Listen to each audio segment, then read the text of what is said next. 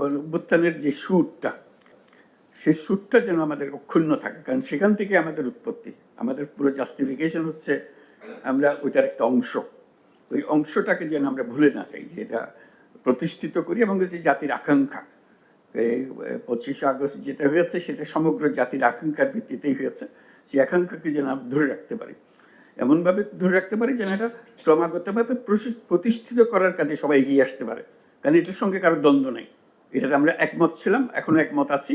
নানা রকমের হয়তো খুঁটিনাটি বিষয়ের সঙ্গে আলাপ আলোচনা হয়েছে কিছু, কিন্তু আবার আমরা সেই ঐক্যে ফিরে যেতে চাই। এই জিনিসটা আমাদের পুরো প্রচেষ্টাটাই হলো জাতির ঐক্যকে এক জায়গাতে নিয়ে আসা, এবং সেটাই আমি রেফার করছিলাম যে একটা চার্টার তৈরি হবে, গণঅভ্যুত্থান চার্টার। এটাকে আমরা ইতিহাসে সামনের দিকে নিয়ে যাব।